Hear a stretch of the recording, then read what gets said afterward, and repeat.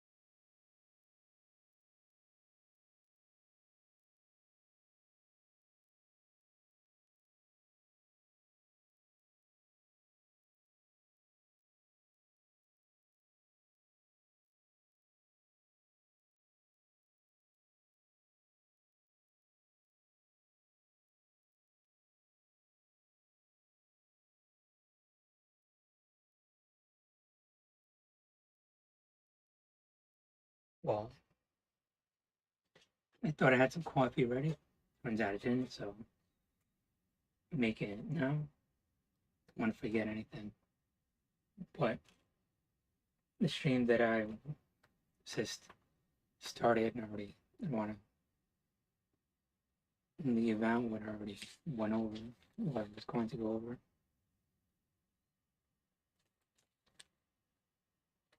Okay. I think I started it before by stating some of the wars, but our nations are built up on this like ideology of our history, and it builds up our national identity. Um, these victories of becoming a nation, how like a Revolutionary War, um, the Great Patriotic War of Russia, and all these other things create this national identity. But we shouldn't like have these war domination, because once you think you can dominate over somebody, these people want to fight back. So you should never have these. aggressive wars because this is where you get yourself into trouble. And obviously, what's happening in Ukraine. I mean, should we be involved in a lot of these conflicts in the world? Depends if it's in our national interest.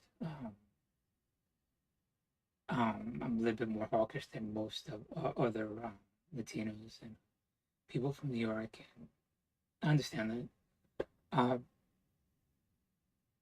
I think when we have the luxury to be a pacifist, we should take, we should, you know, what I'm talking about. And but the world isn't like that. It's very chaotic outside our bubble of civility, and we don't even have everything right inside of our borders. You know, we are at each other's throat. We almost had a civil war recently. You know, so we can't like say we're morally superior than everybody else.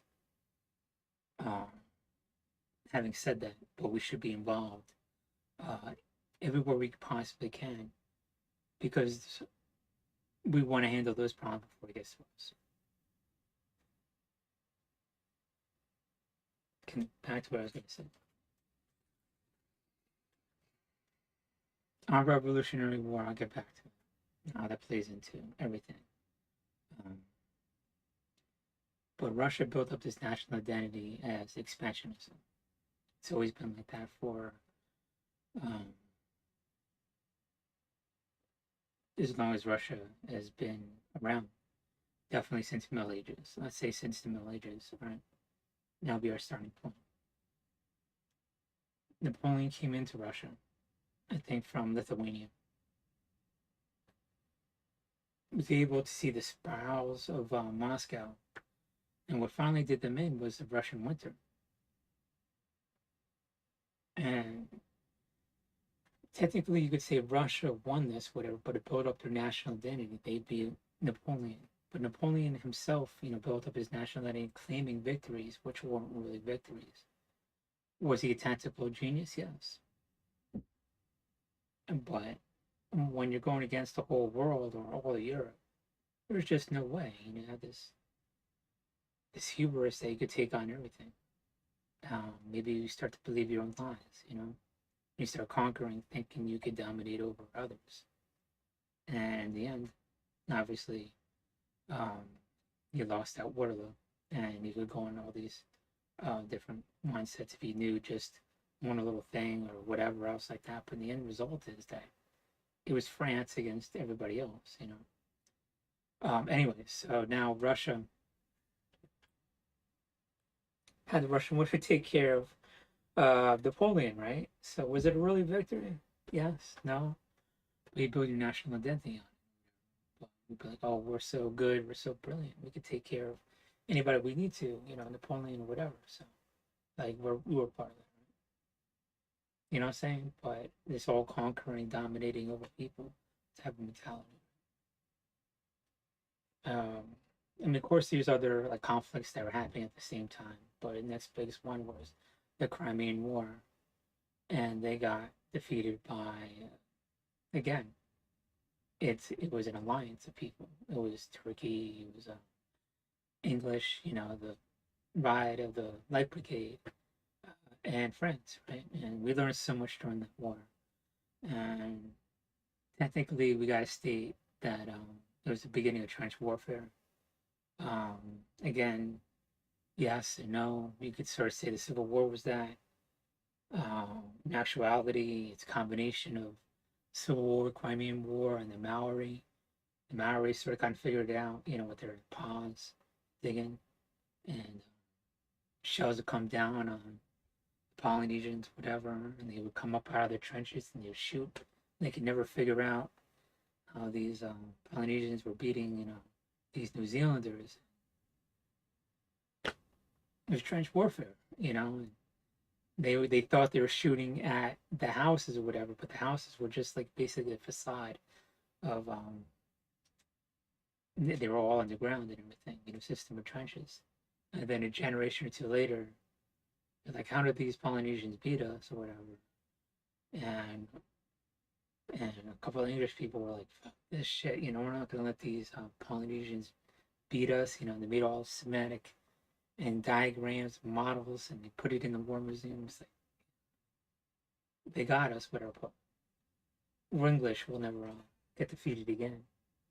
And those things collected dust and everything. And lo and behold, a generation or two later, same things.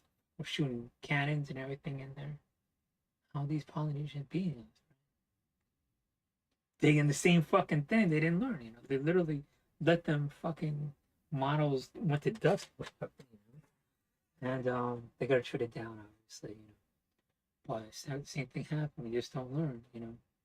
And Vicksburg, there was a bunch of trenches, and you start seeing huge, massive siege works around Washington D.C. against the Potomac. You know, you can walk inside the cannon and everything. This big ass, you know, basically the beginnings of trench warfare in 19th century and Crimea. Okay, I'm getting off on a tangent. So Russia lost the Crimea. It took them like 50 years to beat the Caucasus, where they signed a little area, you know, Georgia, all that area down there, you know. And again, the Russo-Japanese War got their asses handed to them, all because you know they want to dominate over people, you know. So they're constantly losing. And if you look at all these wars where you're going after people who want to fight back and don't want to be dominated, you're going to lose. Now you have another World War One, you know, and now Russia, you know, is pushing heavily deep into. Germany's pushing heavily deep into Russia, and the communists were able to take over the country, and said this is just, you know, this is just, you know, just too much for a country to handle. You know, so they make a peace deal with Germany. It's another war they lost. And Germany was just like, fuck it, you know, we can't rule over these people were out, you know, I'm talking about. You know, I'm saying try and dominate over these people. You know, you can't go across all Russia. The whole thing, why, you know, the Tsars lost. White Russians lost because the communists didn't want to be dominated, so they took over all of Russia. You know, people want to fight. Again, Russia lost. You know, basically. World War II. Again, same thing happened. Technically, it's a victory because we didn't want to have Russia go down. We kept feeding into Russia, giving everything we could to have Russia win. We propped it up. You know, we didn't want to have Britain stand alone, so wherever we could give Russia men and material, we did. And it almost collapsed. And right on the verge of it. You know, if you know, Hitler didn't get stuck at Stalingrad and bypassed it, you know, do a bunch of other things, you don't know what's gonna happen. You know what I'm talking about? But it came this close. And a lot of that is because of what we did. You know what I'm talking about? So the Nazis that we took care of, you know what I'm talking about? So propping it up. And then they keep moving their factories back and back and back, you know, past the Ural Mountains, up to the Ural Mountains, whatever it was, at great expense of who they were, you know, because they have all these purges and everything, you know. But again, this is the Great Patriotic War. And all these other countries already depleted Russia. I mean, Germany already destroyed these countries that Russia already came into. So now you have Russia, with the help of the Allies, pushing, you know, World War II. But was it really a victory? Yeah. But it's all the Allies against one country. But in our mindset, we think Russia's this big, powerful country, and to them, it's this big, you know, that they could conquer all of Europe, you know. But it was just all of us, you know, and they mobilized nearly the whole population, you know, an army of 10 million, you know. The quality of it, you know, it's questionable. I mean, a lot of people said we should just, at the time, go right past, you know, Berlin and go right into Russia, you know. Anyways, that being said, that's what sticks in my mind. Not all these losses. I mean, you also got Afghanistan and everything else like that. Another victory. I mean, another loss or whatever. So the loss or whatever. The victory. People don't want to be conquered. So you shouldn't try to conquer people. You just don't do that. And dominate over people. So now you have Russia over the Warsaw Pact trying to dominate over all these people. That's not going to last. And of course, the Warsaw Pact dissolves. But in the meantime, our mentality is that all the satellite countries of Russia, that's the resources. So we think it's bigger than it was. And we were done with war after World War II. So we should have pushed harder so they wouldn't make, because it's all like this geopolitical, not geopolitical, it was more a political thing that was able to get these countries into the Warsaw Pact. Where they alluded to where they have like self-governing, but it was really just a domination. And of course, some of these, they always pushing for their independence because I'm talking about because they didn't want to be dominated over. They're going to have their own victory soon. On the uprised. Freedom of thought and everything.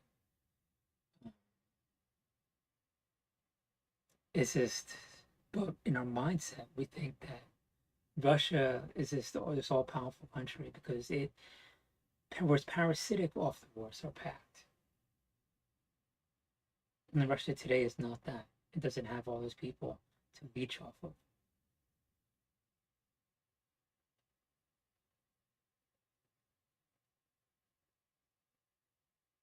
It's just like, but in my mindset, it is.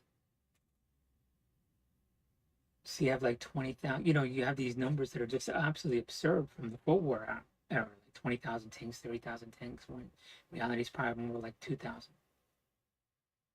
And we already took out 500 of them. So it's just, but in our mindset, that's, what we think Russia is. And their identity to Russia is that they could conquer and dominate over people. And even in democracy, we feel like this. We already have one of the best systems of a government. You have freedom of thought, It's just like, we shouldn't feel like we need to dominate over people, but yet we think we juxtapose that ability as its skill, So we fall into that rut, because we do have a hybrid system of democracy, a representative democracy. But we do have some, I want to say communist, social. We do have some socialistic and fascist types of stuff. Technically, it's elements of it. Talking about we have everything that works. We have to go to war. We lean a little bit more fascist, whatever, and gear up, war mentality, self-production acts, that type of thing. And in peacetime, we make sure we have a blanket of security with a lot of social programs because everybody should have the basic needs, and their goals should elevate who they are. It's a hybrid system.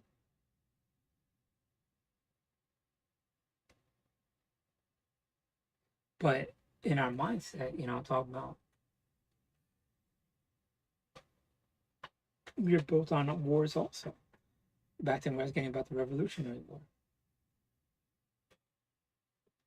Some people were like, well, we beat the British and everything. Yeah. And no, I mean, everything could be, depends, whatever. Yes and no. But we look at War in 1812, they came in, burned down, the White House and everything, that are beat by an actual empire. Because the fact of the matter is, we waged this guerrilla war against England, and we kept looking for support to France, and we had Benjamin Franklin go over, but like waiting for that one victory, and we were just holding on, and it was our will to fight, our will not to be dominated, our will, to have, be, not be under a kingship, have democracy. And finally, we had that victory. And France was just like, yeah, okay, I'll come in on your side. It's enough to finally convince them. That's really what it was. And France came over and basically checkmated, England. And once they did that, just a year or two later, we were able to gain our independence and everything. Well, the war ended and everything, the battles. But in fact, the matter was, we were holding on, and we convinced another country that we're already at war with, and we just, had the will to fight. So I mean, is it a victory? Yeah. Did we dominate and we're this massive geniuses at war? We had the will to fight. It's just like, oh, we just didn't give in. You know what I mean? Like, we have to be real at the end of the day, you know what I'm saying? So, but our national identity is on that, because the War 1812, it's like, yeah, we could beat England. Like, we got them in New Orleans, that's about it, you know what I'm saying? It's just you gotta be careful into these like hubristic type of thoughts where you could just, you know, where you're putting your country at grave risk. So whenever somebody wants, whenever you try to dominate over someone and they will fight, what I'm saying, it's gonna result in something we want to get involved. You know what I'm talking about? And so, then that being said, do we want to stop evil in the world? Yes. Do you want to be the police force of the world? Yes. And no. You know what I'm talking about? But that's where our combined intellect comes together. We have to get involved before it comes to us. We get involved where it's in our national interest.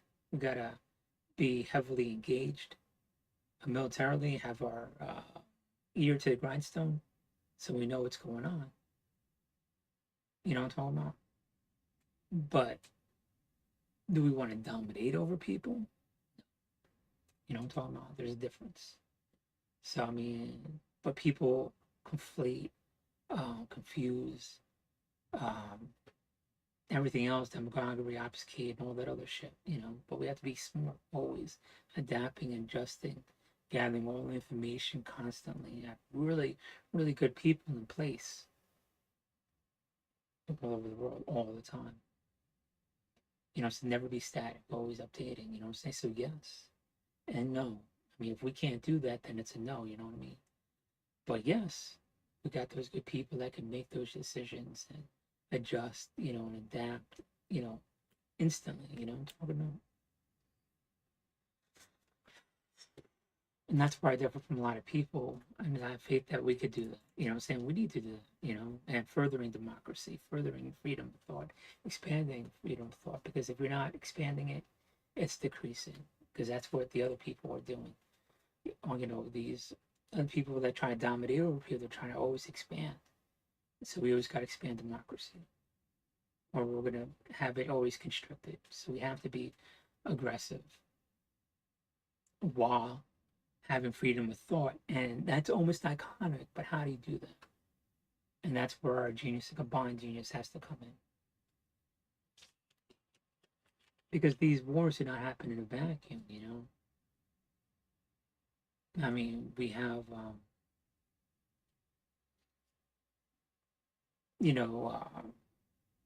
these combined arm tactics. Some use this term, this tripoint, right? Because you just don't need one weapon. You need all these different things to handle that battle space or whatever. But if you look at each country, it's a lot of different things. It's land, it's people, resources, right?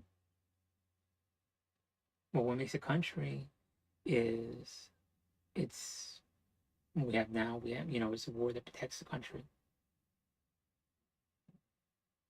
it protects that system of government, and that system of government makes that economy, right? So you have this tripoint: the economy pays for the military, which protects the government, and the government, being a democracy, imperfect that it is, makes our capitalistic system, with all its flaws and all of its benefits, to pay for the military. So it's this tripoint. One is heavily reflective, or I mean, is dependent on the other. You have to have a good economy. You know, that's what is going to pay. What's going to defend us. Going to have a good military. It's going to defend our system of government. You know, and our economy. So you have this tripoint. So when you engage in a war, you can't just say, okay, I'm militarily going to supply them. Of course, now we're doing sanctions. So, you know, well, immediately we did sanctions. Because it's not in a vacuum. You want to decrease the amount of material, stuff they could buy, so they can't get enough heavy weapons to fight that war. You know, saying it's not in a vacuum. That's what we're doing. And to that same, you know, rationale, you want to stop their war materials. I guess in World War II, it was steel and rubber, oil for Japan and everything. Of course, they already have all the oil fields over there, but I think the more complex equipment, we could probably really just stop trade going with them. So they had nothing to build war material. I would hesitantly say like advanced computer systems and that type of thing. Only what they need to eat, you know, no luxuries, because even luxuries could be turned into weapons of war, you know, personal computers and everything could, you know, and all that other type of thing. So that's the next stage. Not only shutting down the monetary supply and sanctions, nothing goes in, you know what I mean? Like nothing. They can't get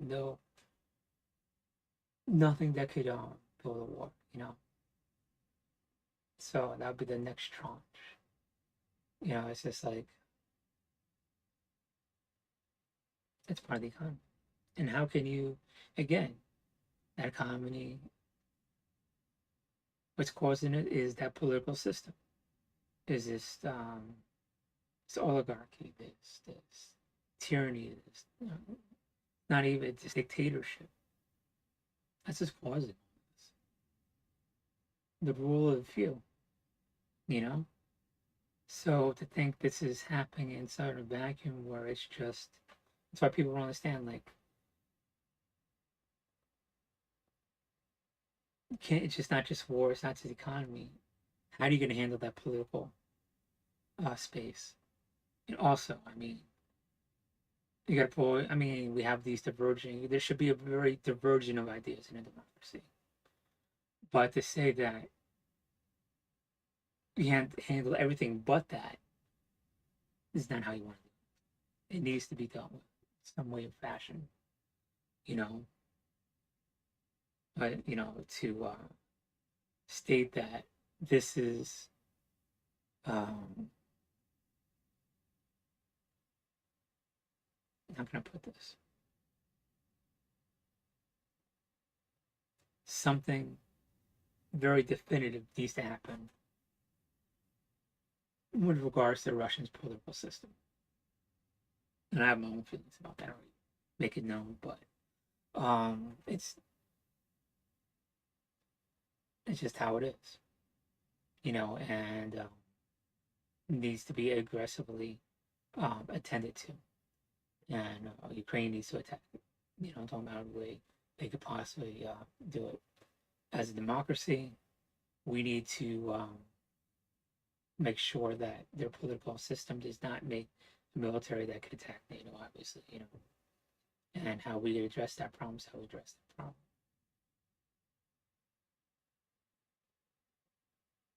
Okay.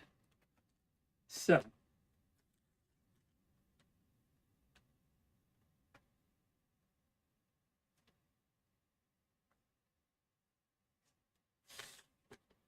like I said, we want to promote democracy, expand democracy. not try to dominate over other countries.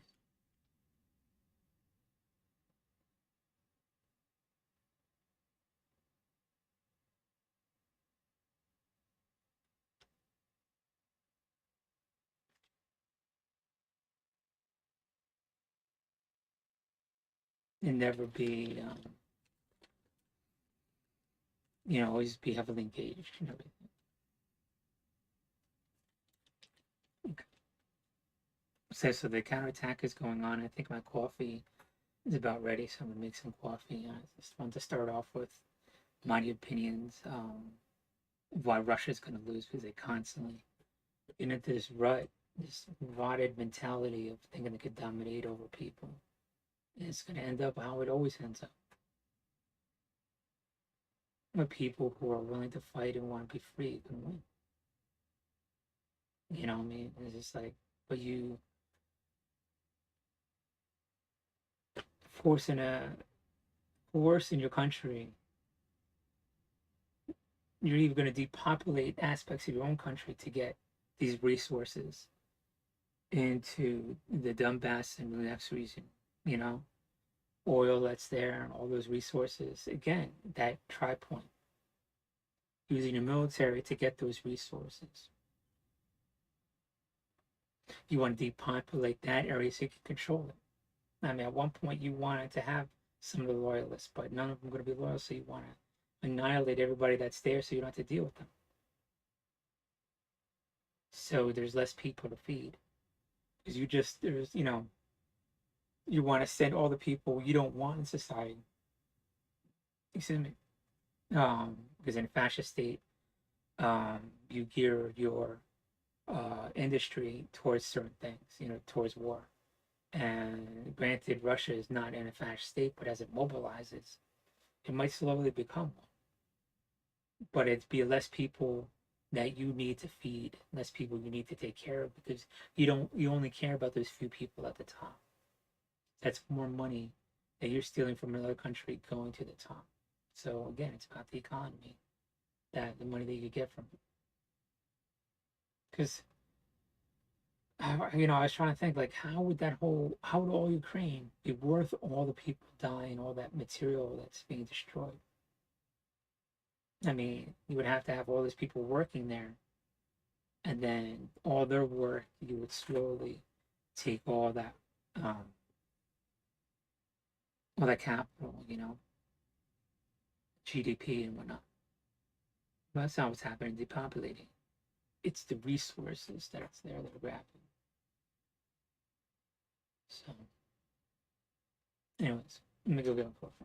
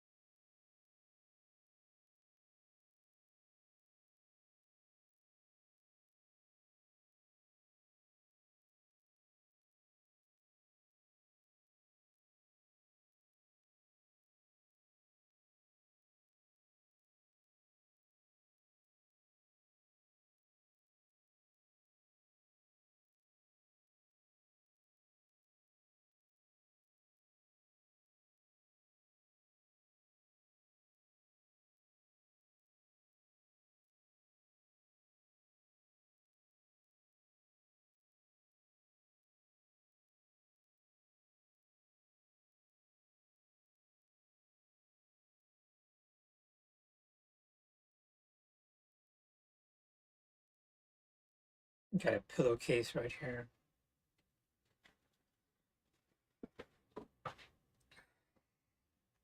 Microfiber and that cushion. So I just washed that pillowcase and I wrapped over it. Easy. Anyways, still rocking the Easter mug. I was gonna put it up right after Easter. I was like, it's already Easter, but the Orthodox Easter, over there,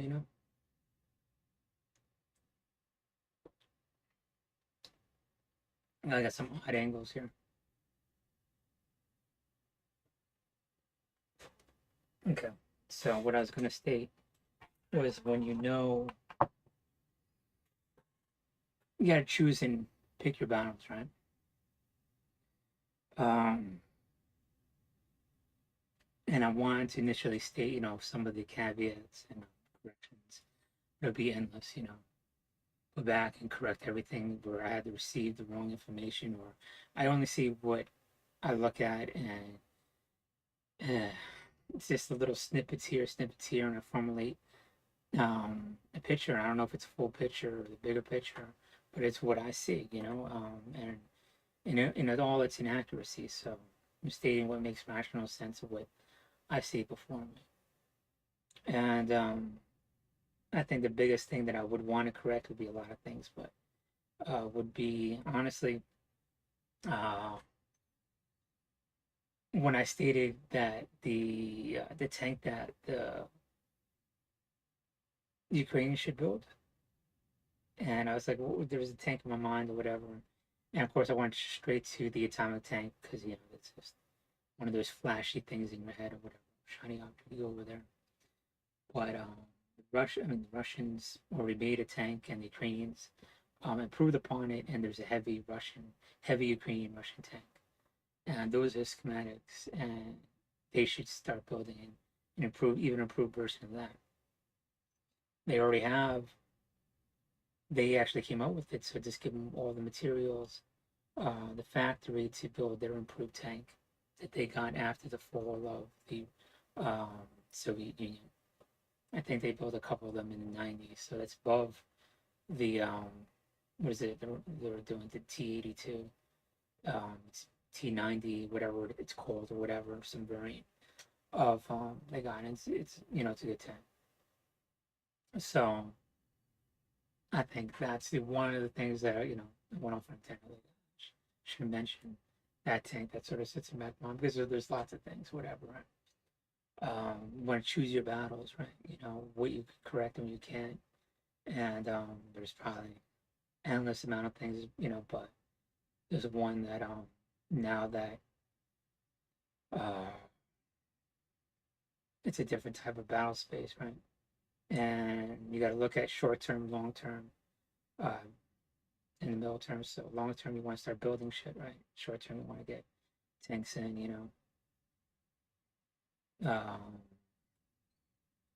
anyways, don't want to get in what's short term and what's long term, but you get the general gist of what I'm trying to say. You want to choose your battle. You want to choose your battles, right? You want to choose where you engage in battle. Right? So they're coming in, and they're making you dance to their tune.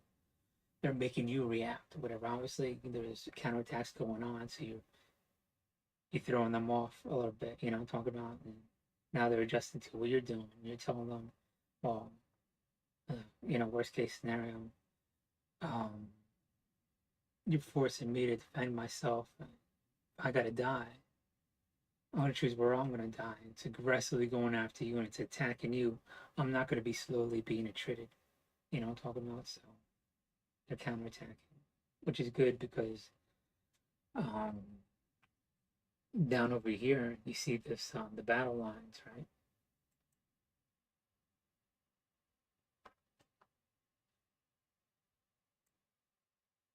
It's all non-linear, non-consolidated, right? Which is a benefit because it's sort of like a star fort, right? You get all these overlapping areas where you could get in between the enemy, right? Because it's not like the Middle Ages where your ability to attack the enemy is arquebus is a cannon, it's a lot longer. That being said, so on a bigger battlefield, you get all these different larger areas and it'd be more difficult and more consolidated. But even if it was consolidated, then you knew to consolidate your forces, whatever. So everything's to your benefit.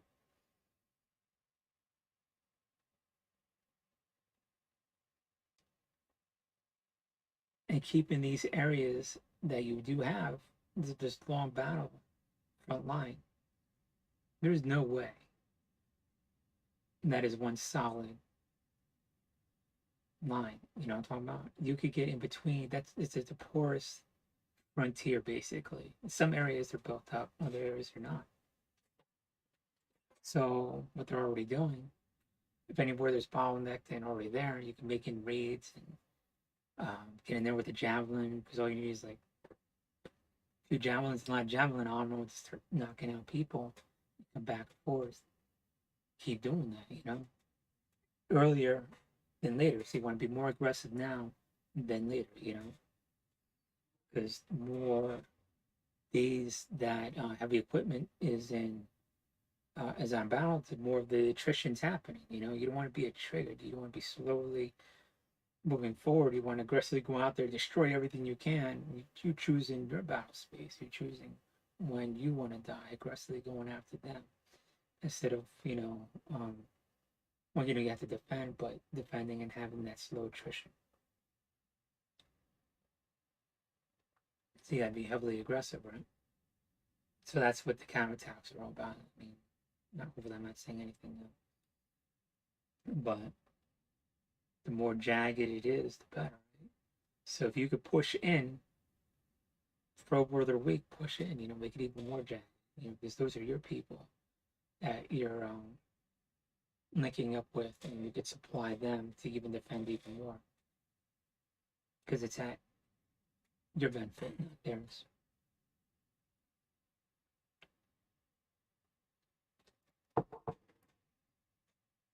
Let's see.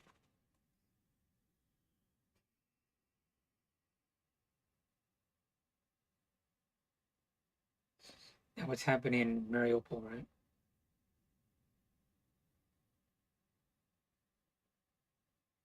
Well, what's happening at the front line, I don't know. This is a very big statement, and I don't want to definitely state this is all along the line or this is what's happening, but generally speaking, you got all the people coming in, and let's say this is what's happening. They're built up over here, or they're built up over here, or over here, right? So to say, so to speak.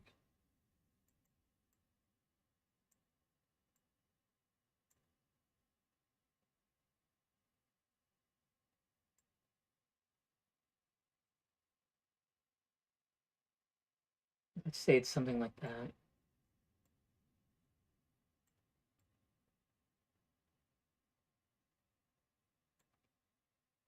Right? I'm going to choose an arbitrary place, right? In your counterattack.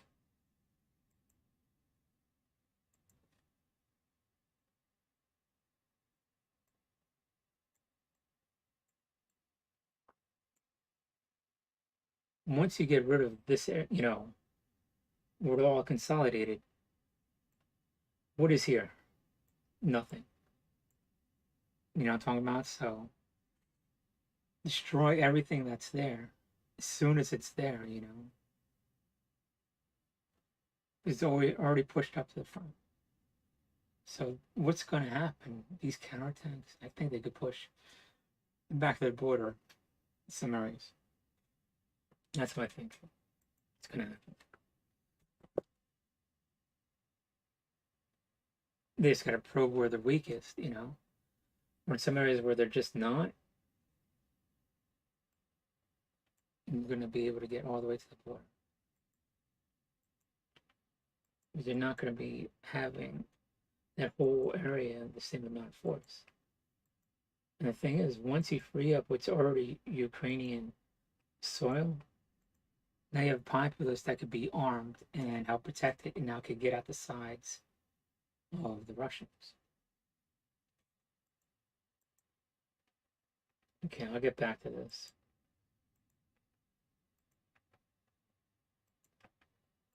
You know what's happening in Mariupol? And they're holding out down there, but you know, how long is it to be able to hold out? You know, and all these other things.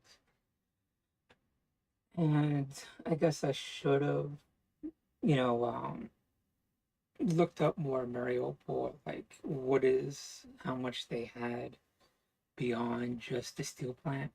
But if my memory serves me correctly, it always was that steel plant and the rest of Mariupol, and then finally constricted to that steel plant and the west side of Mariupol. Um, for a long time, was those two regions, and finally, the western part of the city was about to collapse, and they consolidated in the steel mill. And it was always basically a steel mill, you know, from right. It was always there, so the Russians already knew. There, you know, there's already they can't defeat it, you know. So it's just like, and you call media already picked up on it. Like, what's this guy talking about? What's Putin talking about? You're pulling back. You don't want to. You want to spare the people you don't care about, and you want to kill off in your population when you're worse, where you see get rich lives. You don't care. It's like you can't take it anyways. Everybody already knew that. So this is like, if you go down the same rationale, you know, you could probably hold out for the duration of war if it's applied. You know, talk about, and it's a huge complex. You know, it's a big target. It's not like it's like one. It's a it's one building, and you gotta land that drone, uh, and you just get it over there. You know, and have it land. You know, you gotta be careful what kind of drone you got. You don't want to be hacked or whatever. Right? But just send a cruise missile over there. You know, howl out the HE, right? Put a bunch of MREs and band-aids and shit like that. Fly it over there and just fly it low and stop the energy, stop the engines, have it go up for a little bit, slowly cut off, whatever it is, have parachute, crash it. I mean, MREs could stand anything, you know what I mean? It's like, you know, cotton bandages, whatever. I mean, you could do, I'm telling you, you could do it. Whatever you gotta do to supply it. We have a moral obligation to supply them. You know, shoot torpedoes, hollow out the I don't know, that's how you're gonna do it, you know, with the cruise missile and hollow it out. You could do it. But the thing is, you know, you go wherever way you could supply them, you supply them. You know? Have submarines, you know, launch hollowed out torpedoes, you know, with heavier things and food or whatever over the horizon. I don't know about that. You know, have seals or whatever, you know, I'm talking about. Just drop it off at one location, head on out, you know, because they have a large part of the coastline also, part of the steel mill, you know, it's not just, you know, inlands, they have that whole dock area, well, ocean, seafront, whatever it is. But anyways, there is a large area where you could supply it. And if you want to pull out people, as many civilians you can, so you want to do everything you possibly can, resupply it, pull out civilians, you know. But now would be the time to even dig even more while people have their energy, you know. Later on, you wouldn't like dig your wells now. You need that, you know. You need fresh water and everything. So, but I don't know, man. Because you know they said they're dropping bunker busters on there, and I was like, well,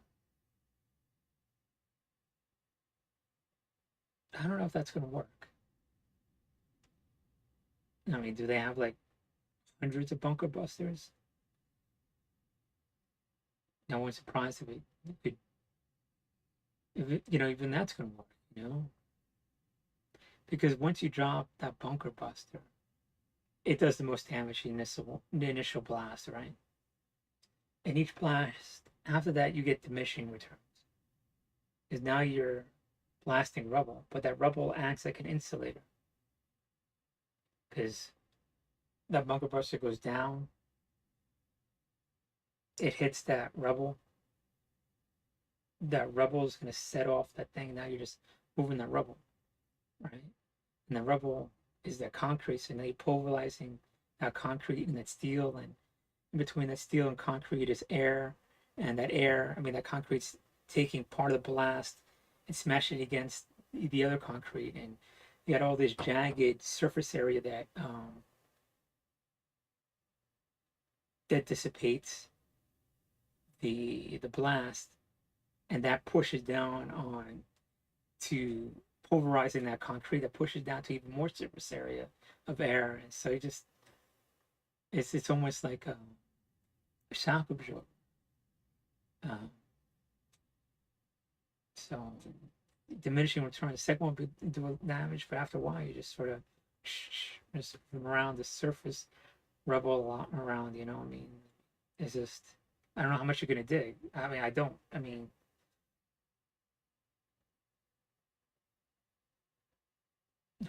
because you're going through bunker blast is not gonna dig through rebar and concrete. It's gonna detonate. I guess it's gonna take us a millisecond to like detonate before that, but then you just I don't know. You're just not going subterranean after that. Maybe I'm wrong, but I just don't think you're gonna be. And you're gonna need those bunker busters for other shit, things. So I just don't think you'll be able to take it any way you possibly think you'll be able to. The Germans sort of figured that out. The Nazis, whatever, and the submarine pens in France. They needed to protect their submarines at all costs because it was taking out Allied shipping and it was deterring their ability to go to war. So these few ships, so they need to protect them, and it was a priority target. And they built these like long pillars of concrete up on top of these submarine pens, and basically they catch the bombs and it would hit that top of that reinforced concrete and absorb blast. And a lot of times they just didn't repair it because that acted as an insulator and dissipated the whole blast. And I think they're still up to this day, I'm talking about, and they've been bombed um, whatever amount of times in the war. They weren't taken down, and it's just too much for it to take down. And so the same concept, what's going to happen in Mariupol, you destroy the building. And how are you going to dig below the building? Because that bunker buster is going to blast, hit that rubber and blast. You can't dig below that, so it's just like, my point is, I think if it's applied, it could last. But how we can supply it, that's the issue.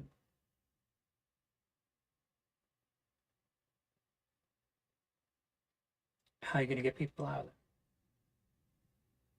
there? You want to save lives, So I was thinking, they want to trade people, right? Prisoner or whatever. But how many prisoners do you need? You need a lot of fucking prisoners, right?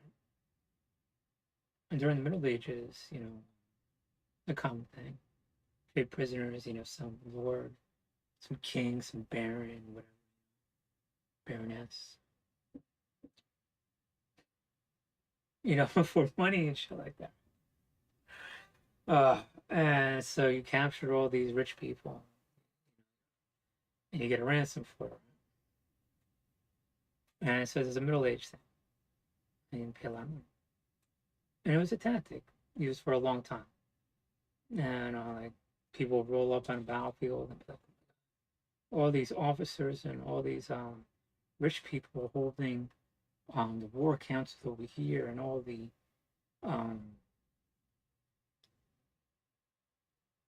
squires, knights, and all the foot soldiers are over there and shit like that. So like, let's go after these guys, in the middle of the night or whatever. I'm talking about. So send over all the knights to hold off the other knights and then grab all the rich people or whatever. And the battle's about to happen. Next thing, like, fuck that. We don't go to battle. We got all the rich people over here, and that's what war was about. War was about money. You know what I'm talking about? Like, again, it didn't happen in a vacuum, about the economy, about getting money. They auction off all those rich people. Right? It happened quite a number of times, you know, throughout history and the Middle Ages, you know, because you just didn't kill the officers if you caught them. So, you know, that chivalry to some extent, you know. But anyway, so point being is that you got these prisoners of war, and you would get the ransom for them. But how many do you need? You know, how are we going to get a lot of prisoners? I guess that's the problem. I mean, if you fight a war of attrition and you wait till them coming to you, you get a few. But that's not best use of your force. You don't want to have people on the back being idle, waiting to be attrited. Use them now, destroying their capability to wage war in the future, to aggressively attack later on. So you take the wind out of their sails, you know, you go after all their supplies, or after all their heavy equipment, you know, so they don't have that to create damage and death. You know, that's what you got to do. You got to be that ultra aggressive in the very beginning. You know, no one's idle, like they're in there counterattacking, raiding, you know, I'm talking about just pushing, probing for their weaknesses, whatever. Instead of waiting to be annihilated, waiting to be attrited, they're choosing when they want to die by killing, you know, people that are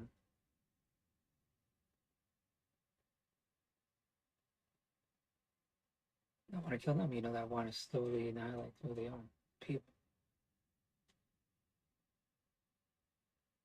So you don't want to, you know, waste men and material. But in this instance, you want to be ultra aggressive in the beginning, because if you just wait until they come to you, now all that stuff is slowly moving forward, and you just quickly work. Initially, you don't want to have it. You want to have it be dangerous for the shortest amount of period of time, and take it out as quickly as possible. So you want to choose where you use men and material the most effectively.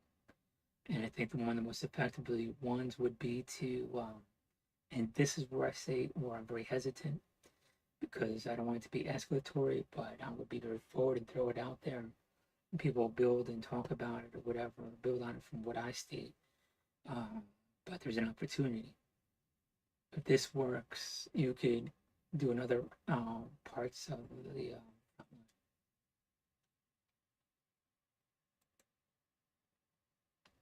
So here you have possible staging area. This is Kharkiv. And you have, and I initially wanted to handle front lines with the saving a lot of your heavy equipment for a counter attack and taking out as much as you can in the beginning, and then saving that book is where I would expend some of that equipment. You race to where you have this not silent, but your border protrudes into Russian territory, and you know there's going to be no opposition here, because this is well, no, but this is not um, where they're at. They're in Ukraine, right? So you race around behind over them, all the way to the river, where you know you could defend later on, and you race down that river. You push up from over here, and you close them off. So it's like allowing a bunch of tanks cross that bridge, right? And they blow that bridge. And so you're only dealing with those few tanks, and you allow 4 tanks across. There's 10 tanks, and you blew up one tank. So, and there's 5 tanks over there, right? So you're only dealing with those 4 tanks. So you're only dealing with what's over here, because they're protruding out. They're overextended. Cut it off. Cut that limb off, you know? You only deal with that little limb. And that's how you cut that off. You know, you could defend up to that river. You know, just attack right race across the border into Russian territory. And that's the difficult part. That's where I think it'd be worth the risk. Push up because now you have a bunch of people there. You tell these people, man, you know, to give in, and you get a lot of prisoners of war. Use that, and you exchange it for Mariupol. And along this, as they're racing down at a coordinated time where it's already protruding, you want to further this because they have a shorter distance to go. Because as they're coming in towards you, you come in behind them and you push them. You know what I'm talking about?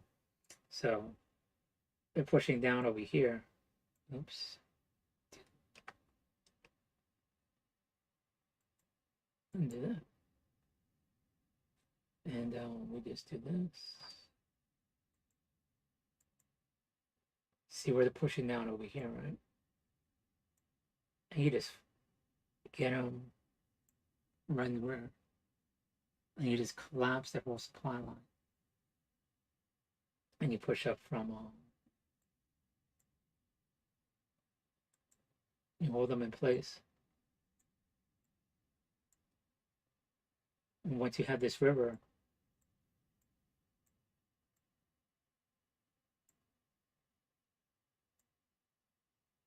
you know your flank is already guarded. You're just dealing with right there. So this does a lot of things. Protects Kharkiv. This is where they're overextended. You get prisoners of war, and you see if it's feasible for the larger part of the front line, because then you know to attack to the river, defend it, and you beat them off in detail. You know, you focus all your effort into where they're overextended. And if you get a victory this early on, and their big assault, they'll take the wins out of some. But like, did you see what fucking happened? They're already taking back Kharkiv. They're already counterattacking further or take it to the next level. Be even more aggressive. Built on what's already working, right? You know, take the wind right out of their sail. But like, did you hear what happened at Kharkiv? Got our asses handed to us or whatever, you know, I'm talking about. And so they fight just that little less, you know, because that's what Putin's doing, attacking during Easter. You know, they're distracting them just a little bit more, you know, and just using psyops and propaganda and gaslighting and all that shit. So they fight just, you know, they know just a little bit less, but it's not working in today's society and information age where information is just instantly getting out to everybody. You know, people. No, it's just not what it used to be. But people still try to condition people on this, and it's just insulting to your intelligence. You know, it's just like this Elgato cap, whatever.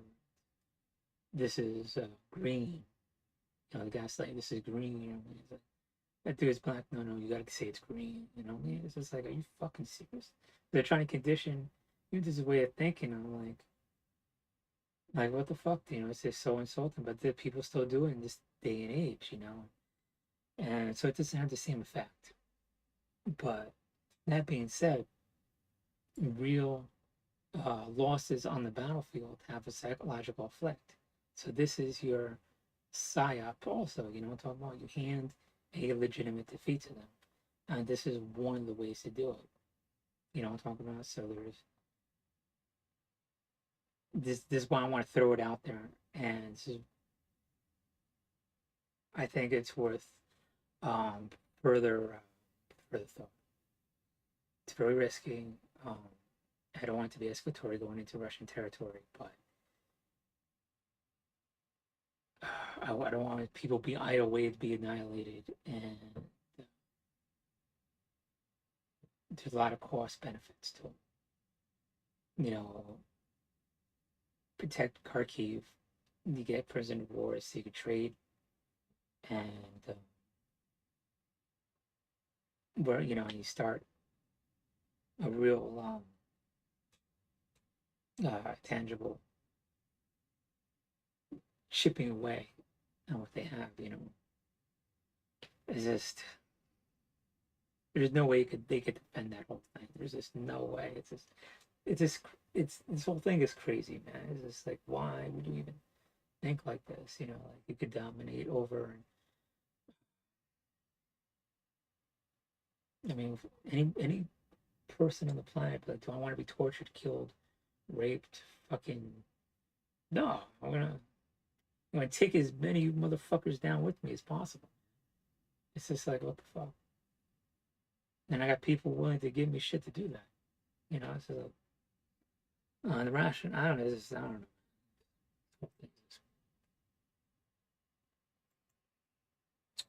Like, you want to be a pacifist or whatever, but you don't have the luxury of doing it. You know, because we live in this bubble of civility, of civilization, of thing called America, and we can't even get that right. We have mass shootings. We almost have a civil war on January 6th.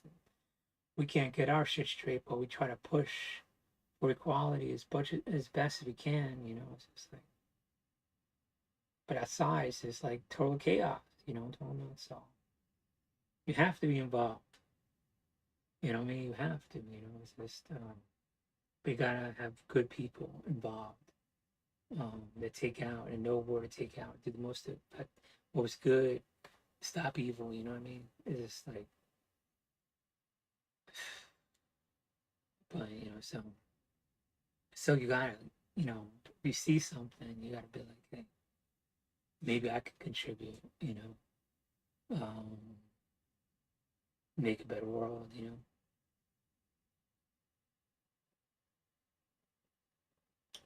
Anyway,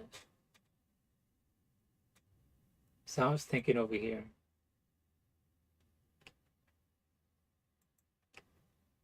Also, the same scenario. You know.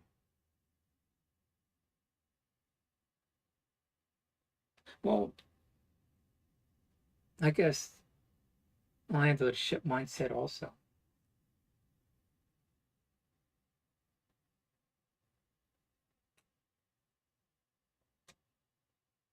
Is one could come before the other, but my thinking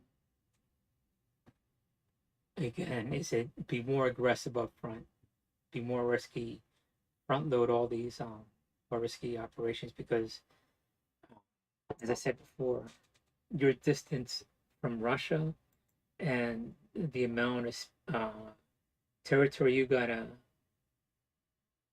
go over is the shortest distance now as they slowly, you know, progress forward.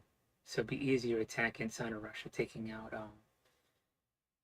gas depots and like the deal with the helicopters. Now is where I would take out bridges and everything, you know, because it'll be more manageable.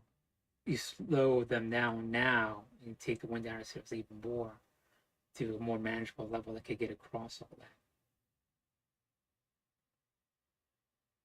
You know, rivers and you work your way back. You know, once closest to the border and in towards Russia, because that's where they desperately need. We need this tank battalion, whatever, right fucking now. We need this artillery right fucking now, right?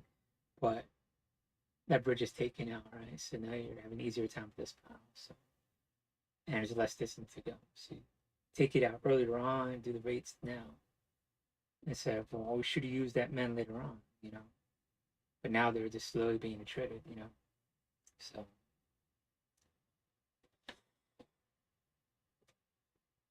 again, it's difficult, man. It's just like, who am I, you know, to say now is where you want to be more deadly to them and to yourself, you know what I mean? But because everything states is just like, if I can defend, I'll defend when it comes to me.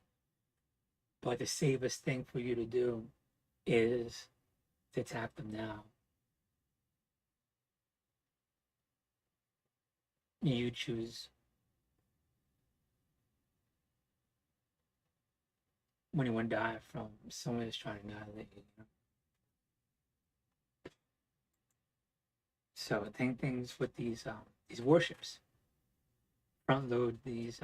That's I keep saying that. Okay, you want to destroy these things early in the battle, so they're destroyed before they could even make more death and destruction. Destroy a tank early in battle, so they have the shortest duration where they can cause death, destruction, and all that, and gain territory. That's my thinking. Because you have a way, you come up with this tactic to destroy ship, whatever that is, you know. And they took out the flagship, how they took it out. So now they have another tactic, right? The Ukrainians. But they could only use that tactic once before they figure it out. So you want to have like your A plan, your B plan, your necessary plan, your C plan, you know, so you have all these backup plans, right? Like these attack tranches, right? Until you take as many ships you out. I mean, there's one mindset, and even if you take out all these ships, it won't really stop it, but you'll significantly reduce the amount of material that could come into Russia. I mean, come into Crimea. I mean, come into Crimea, into the war from Russia. And that's how I look at it.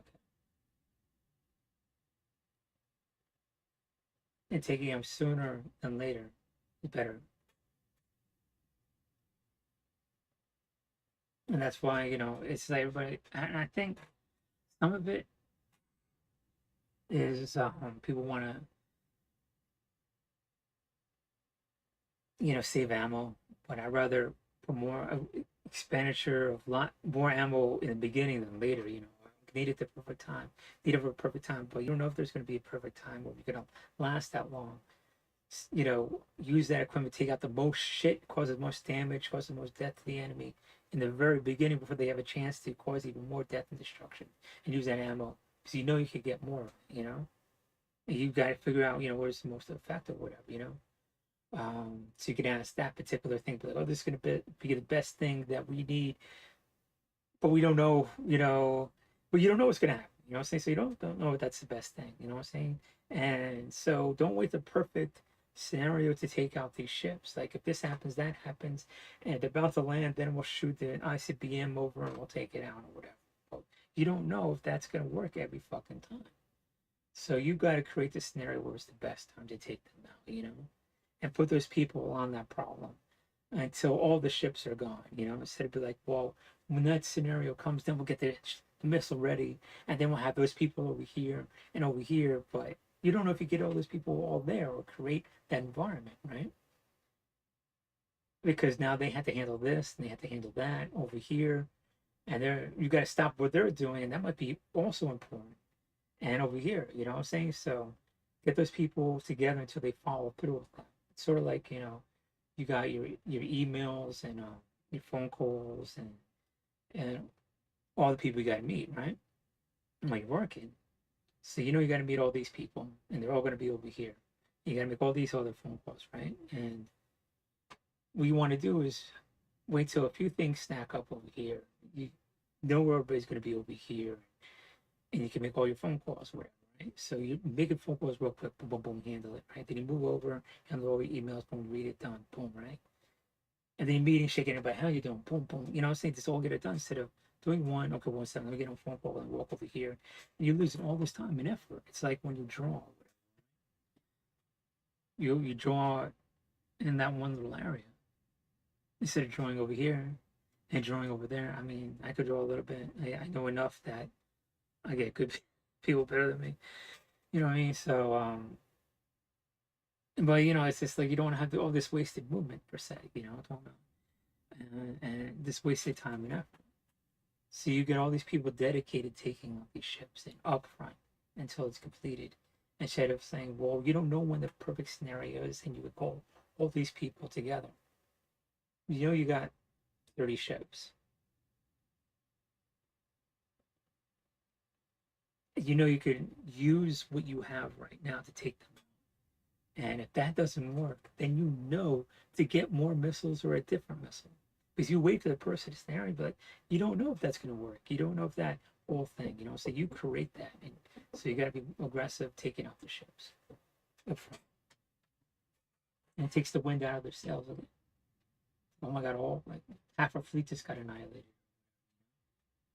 So, you got first tranche of tactics all happening at once so they can't adapt. You take as many, then you got your plan B or whatever.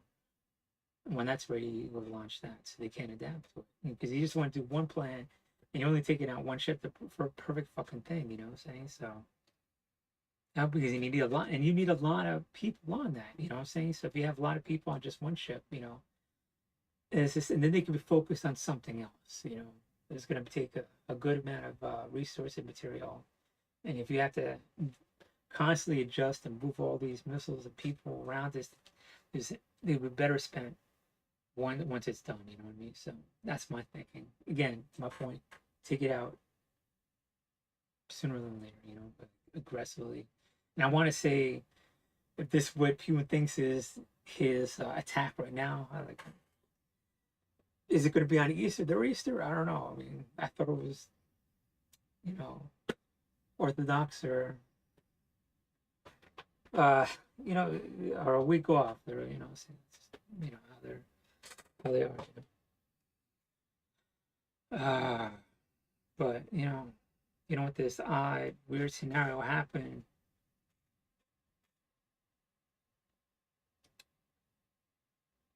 Where is this not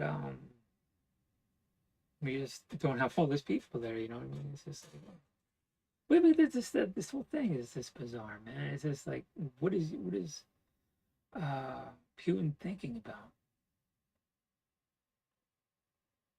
Does he consider this his main attack?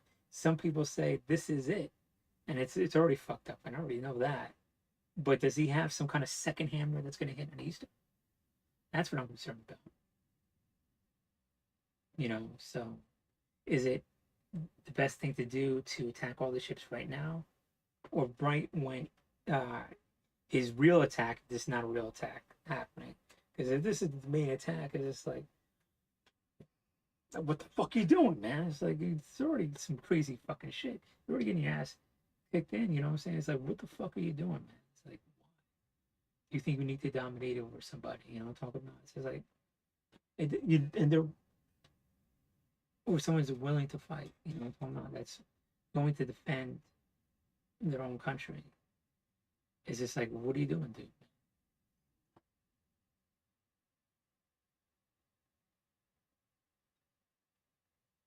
What is the mentality of this guy or whatever?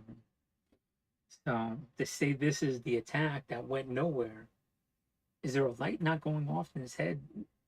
That's his main attack that's happening right now. That's why I'm hesitant to think, is there a main attack? Is there some main attack I don't know about? I don't. It's just like, so it's just like, I don't know. I know it's so it's sitting back in my mind. I'm not, I don't want to be like, well, there's no main attack and I know everything. But it's like, you got to be somewhat cautious about, and conservative in your thinking that, where's the worst case scenario, And so taking out these ships, ideally, would be right when they're needed most, after the attack happens. So they're coming in, they're committed, and you're destroying all their supply lines or whatever, But take it out now or right when their main attack is. And if this is the main attack, take out all those ships. Boom. Okay, I said it. I don't know. This whole thing is just fucking. It just. Most, I don't know, man. This has been. I personally think Russia is collapsing, going to collapse from this war.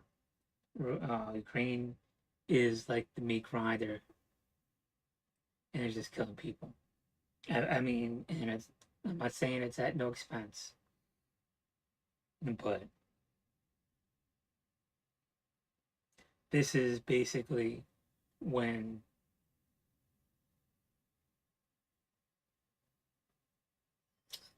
a Teutoburg forest type of scenario, modern day, with the vast openness of everything and how vehicles are.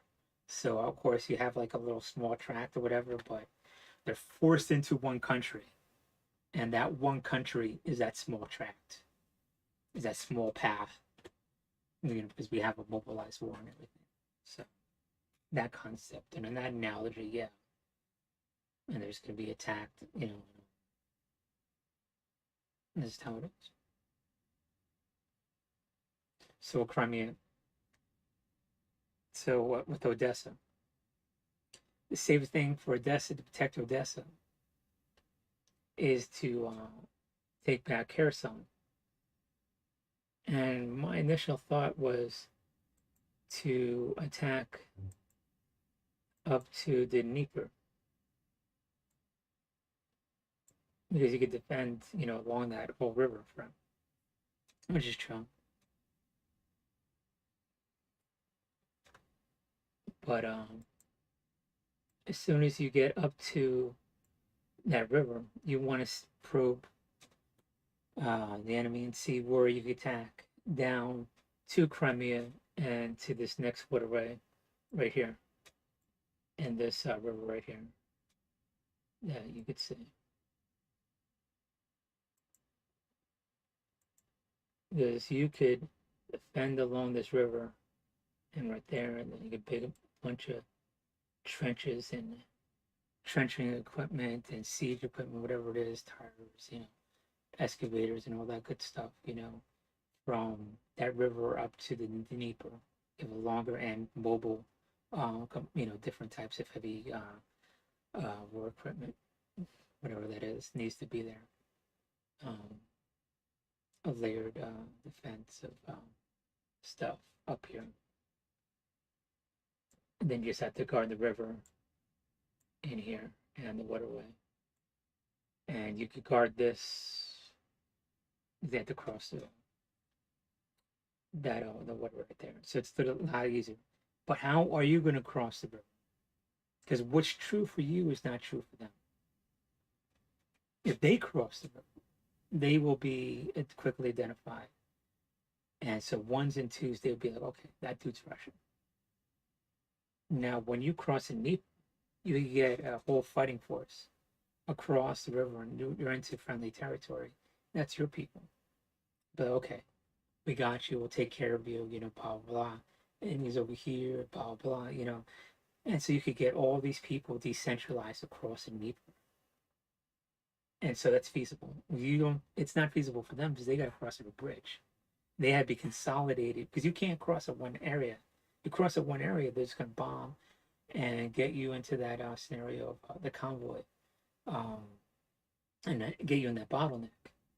And they have to be bottlenecked, because they can't do ones and twos. They'll be destroyed and detailed, attack that one over here because, the populace will see, where they're coming in from. But you could use that advantage. But since you have that advantage, you got to utilize that advantage. So not only could you attack to the Dnieper, you could cross to the Dnieper. And that's how you do the Dnieper. You cross along the whole fucking front, and that way it's even better because there's no bound there. They can't destroy one area and you just keep going. So what's true for you is not true for them. You should utilize it. So don't think that river is a barrier for you. But you could defend it more rarely than they can. And doing that, you bottle up Crimea. So if you can't get all the ships, you get all the ships also. That's even better too. Now what's in Crimea will stay in Crimea and they won't be able to resupply that whole area, it's over here.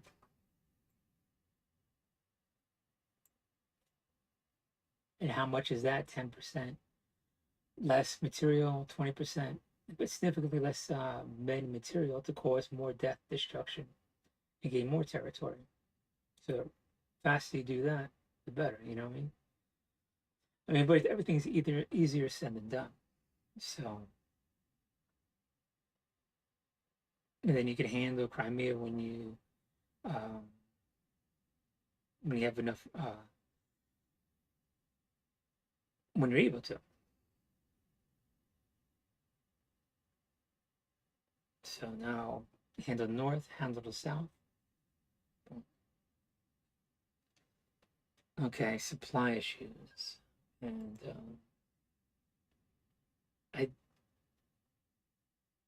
Honestly, like, it's not something you want to hear.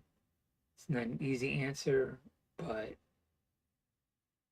it's going to be how it's going to be. Laiv is going to be heavily supplied, more so than everywhere else. It goes in there, and worst case scenario, you got to plan for the worst case scenario. The western part of Ukraine needs to have a lot of supplies. That being said,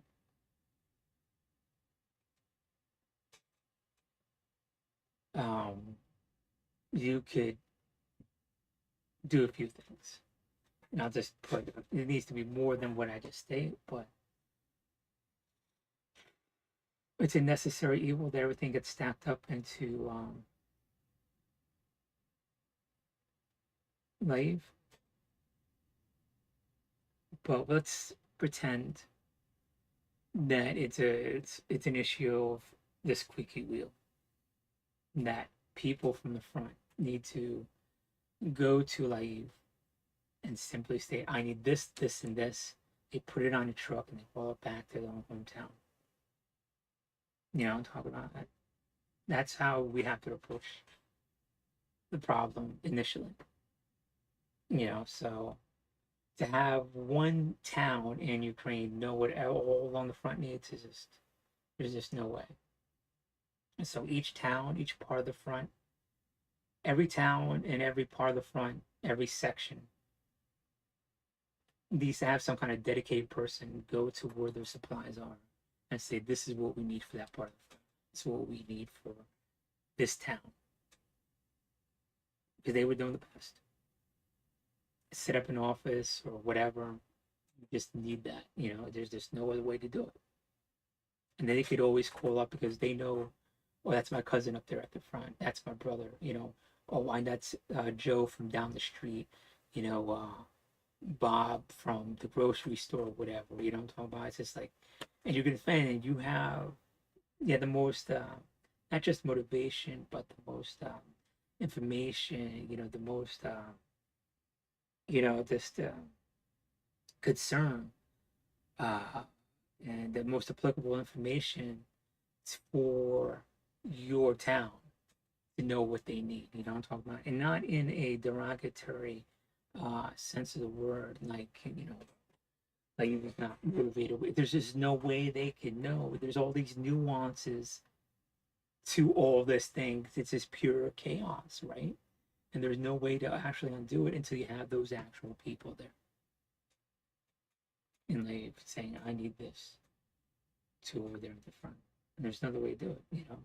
Having those people actually go there and to physically grab it and bring it back and ask for it or whatever. Because let's say it's just that they just need to simply go up there and ask and be released. Because how can one town know what a whole 1,000-mile front needs, you know, and every single little town needs, you know? There's just no way.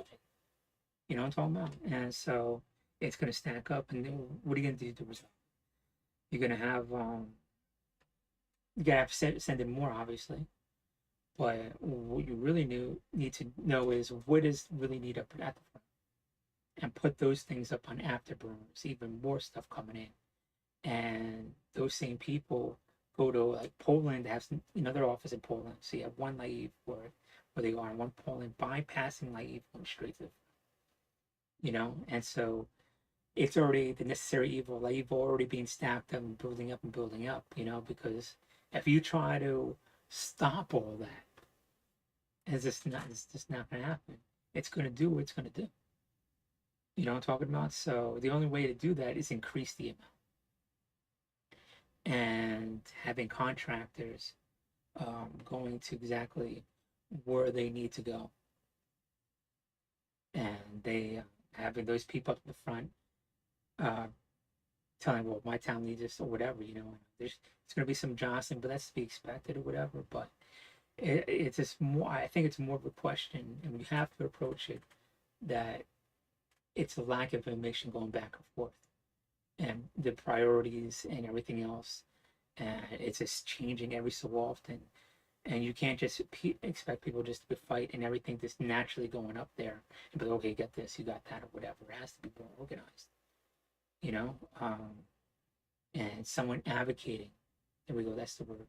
Each town needs to have someone advocating, someone naive, and in Poland to have it directly taken to the front. You know, and there's no way you could expect one city to know which each town needs to have, you know, the proper allocation unless there's someone advocating for it, you know, because you can't say, well, they don't care.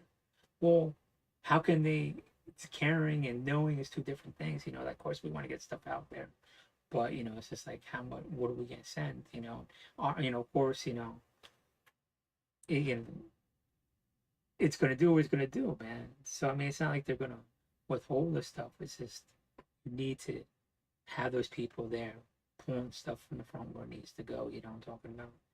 And organize it just to bring it up a notch. I mean, bring the organization level up. You know, to a realistic level. You know, I don't want to make it over organized or whatever, but having someone there advocating, I need bandages, food, water, this ammo, a tank or whatever, or a helicopter, um,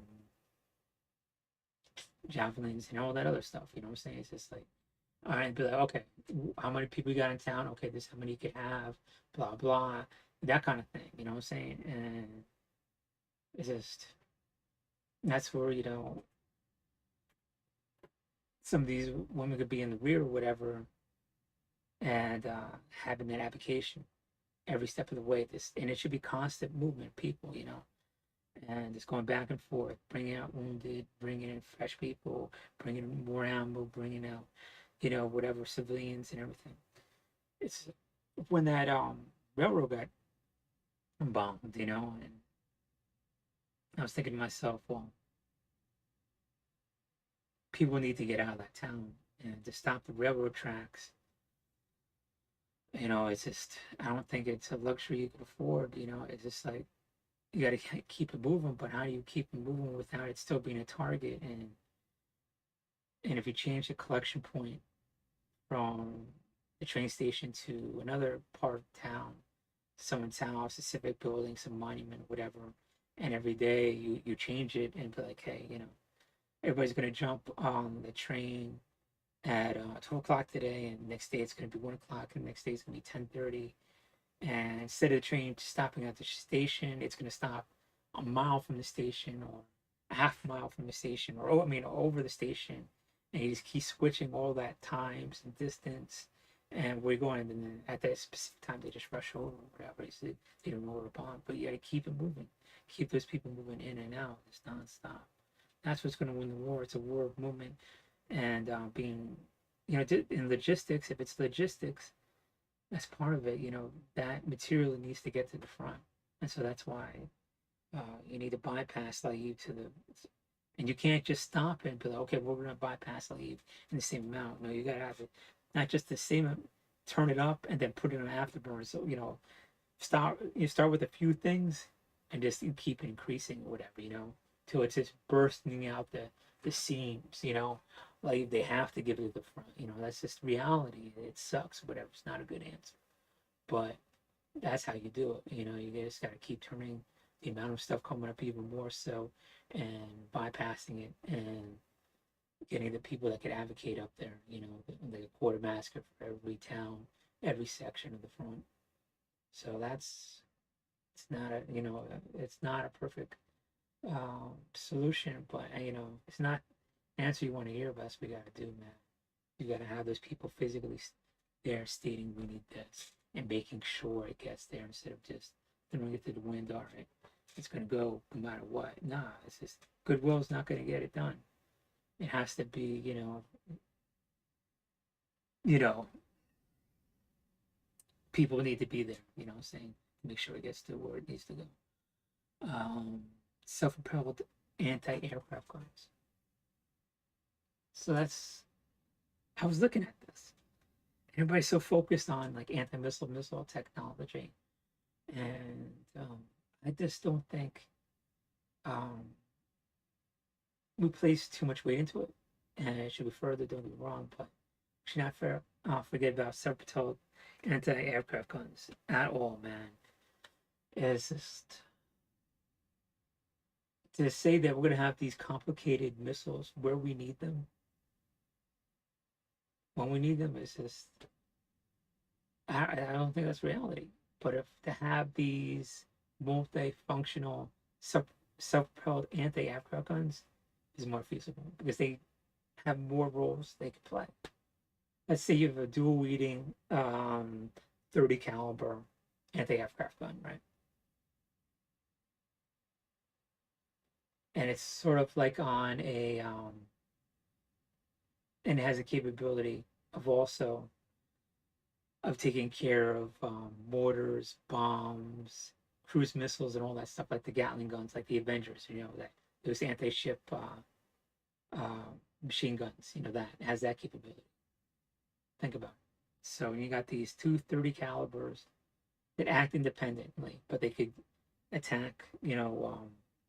A tank up to like an Abrams. It might even be able to take it out at Abrams if it keeps like getting in the right area, right? So it could be anti-personnel, taking out light armor, whatever. Current tanks, these 50-year-old tanks these Russians are utilizing, right? And the problem is what I was trying to figure out, that if you use this cannon, these auto cannons,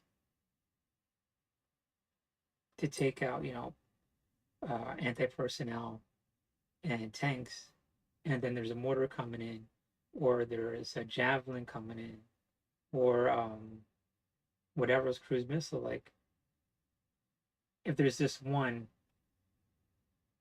I would have there'd be an issue. So that's why I say in dual wielding. So you have this, you're engaging some kind of column, right? Because they're distracting, engaging this column, this armored vehicles. But then one would have this radar on the back, right? Constantly scanning, anything that's coming in, anything over 100 miles an hour. And one will go up automatically, right? So one could still engage, and the other one could act independently. If you're engaging, right? But otherwise, if you're not engaging at the book, could engage whatever mortar, cruise missile, whatever, right? Javelin, and they could, what do you call it, traverse in, right? Elevation, deflect a little bit in, whatever. So yeah, these two angles of attack, what it needs to be to attack whatever round that's coming in with that radar. So okay, just independently AI, and you can still engage or whatever, right? So now anything from the air, it's destroying, right? So these self-propelled anti-aircraft guns, taking care of cruise missiles, mortars, artillery rounds, because it's a big enough shell. That thing is like a kinetic round going through an armor piercing round, right? So, like, it could also have high explosives too, right?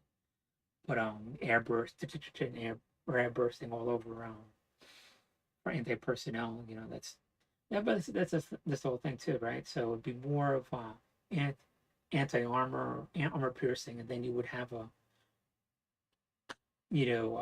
Mark 19 and a medium machine, heavy machine gun. Medium machine guns people carry around, right? So you have a heavy machine gun,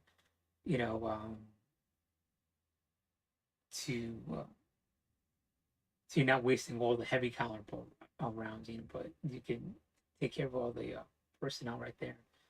Have a Mark 19 right there for your grenade launcher, air burst, just massive destructive field, force multiplier type of thing against a lot of infantry, and then you have your cannons to take out fortifications and armor and everything. So you have those three things, and on an armor personnel carrier. So you have self-propelled armor personnel carrier on that could take out any kind of thing. So you have that. That's a new level of shit that you need, because you're gonna have a lot of cruise missiles coming down. You're gonna have a lot of javelins. It's the only way to defeat that.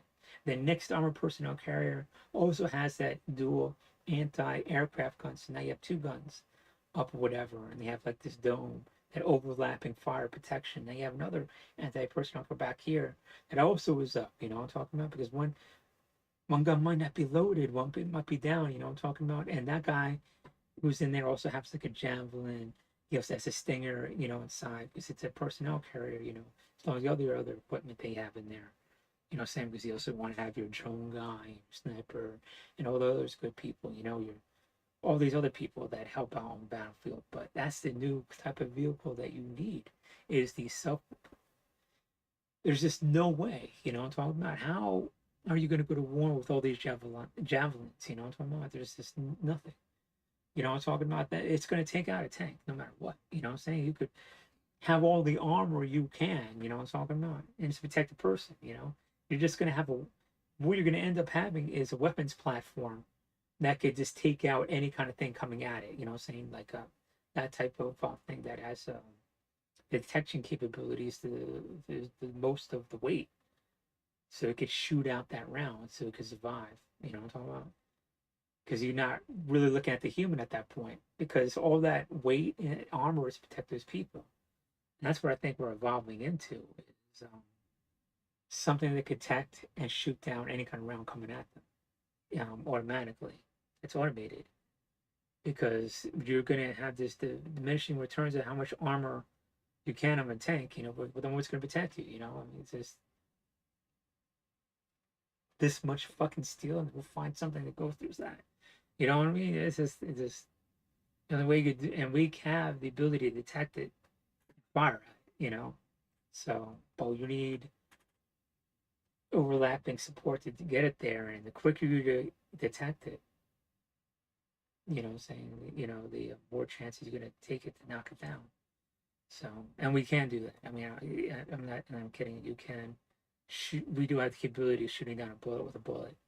So, but you need that radar constantly spinning, and you need that cannon on automation on AI. And one acting independently, and that's how you do that. And the drones, I know they have a drone issue, so that's something for DARPA.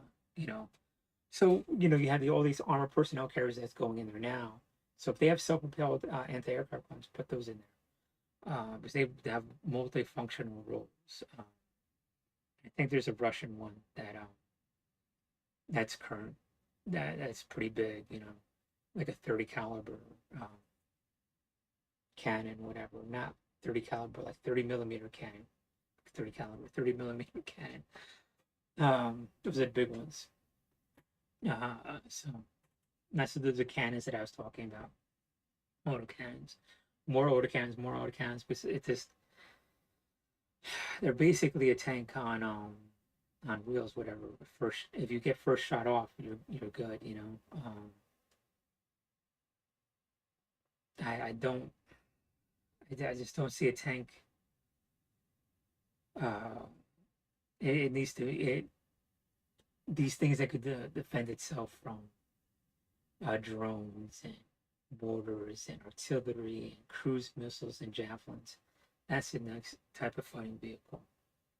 Have these auto cannons that could do that. That this had that Avenger ability, and then go back to what it was doing. And you got to have a bunch of them, and have all the personnel that you need. Have it self-contained, finding element inside that vehicle. Another one over here.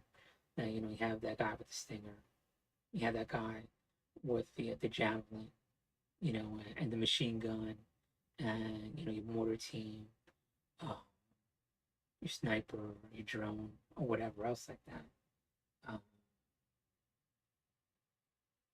so I mean, this how I see it. Everything is a fighting force in itself. So if you take out one, you already have one over here. You know what I'm saying? Yeah. And so these heavier drones, I know that's what they need. So these drones need to bypass like ones that can't be hacked and everything. So I know they're like dropping them. So send them with 60, 80 heavier millimeter mortars with white phosphorus. Just one of them will take out a tank, whatever. So let's burn through it. And it's already aerodynamically down. I don't know what they're dropping, crazy ass shit, that sort of fall which way in that, that's already just gonna boom drop, And so you just be like, that's how you do that, you know. Oh yeah, well they need surveillance and all that other stuff. So it's my thinking. Um, yeah, I'm not a fan of those one-use drones from what I heard. They're from the 2010s. They've already been sitting on the shelves for 10 years. You know what I mean? Like, I guess. But I'm more a fan of the reusable drones. And like I said, I wasn't aware that they're making the Warthog completely like pilotless or whatever. And I know we have a super advanced one, but I know if you put your heads together, you could get not the new Avenger gun, but the older Gatling gun. Um, Vulcan, the older 15, 19, what is it, 69 or 59 Vulcan gun or whatever. If it's in the fuselage or whatever, and fly it up, it'll be a bitch to balance it. But once it's up, you'll be able to do and have a cost effective Warthog, you know. Uh,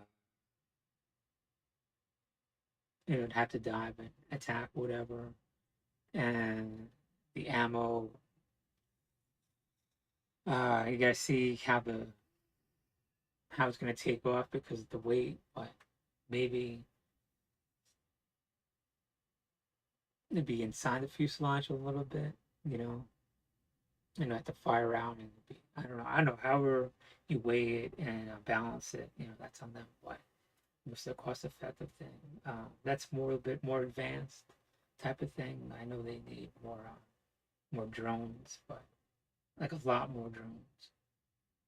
So bypass like commercial drones, like almost pro consumer and industrial type of drones. They're just using them like crazy.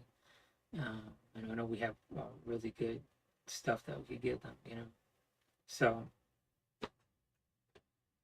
that's my thinking. It's like that's how you could supply Mariupol, you know. It's like it's easy, like not even a fly could get on this fly. The thing is so porous. It's just like whatever you need to fly a drone in there, whatever you know. See, you want to say that people are fucking inept. This whole war is inept. This whole fucking thing is inept. You know, whole thinking is inept. You know? Fly my ass. Let's get some drone. Let's get some drones. Resupply Mariupol. Boom, done. That's my point. And I already talked about future heavy weapons. I got shit to do. I'm sorry. This whole thing is just crazy to me. I had to say a few things. I really get an attack where you could where they're overextended, cut them off, deal with them in detail, isolate the battlefield or whatever. Deal what you could deal with, completely obliterate them, be ultra aggressive, and head on to the next thing to attack. And you be more aggressive than them. All right, that's my point. I'm good. You know, I mean, I said what I needed to say. Um, this whole thing, man, is just unnecessary.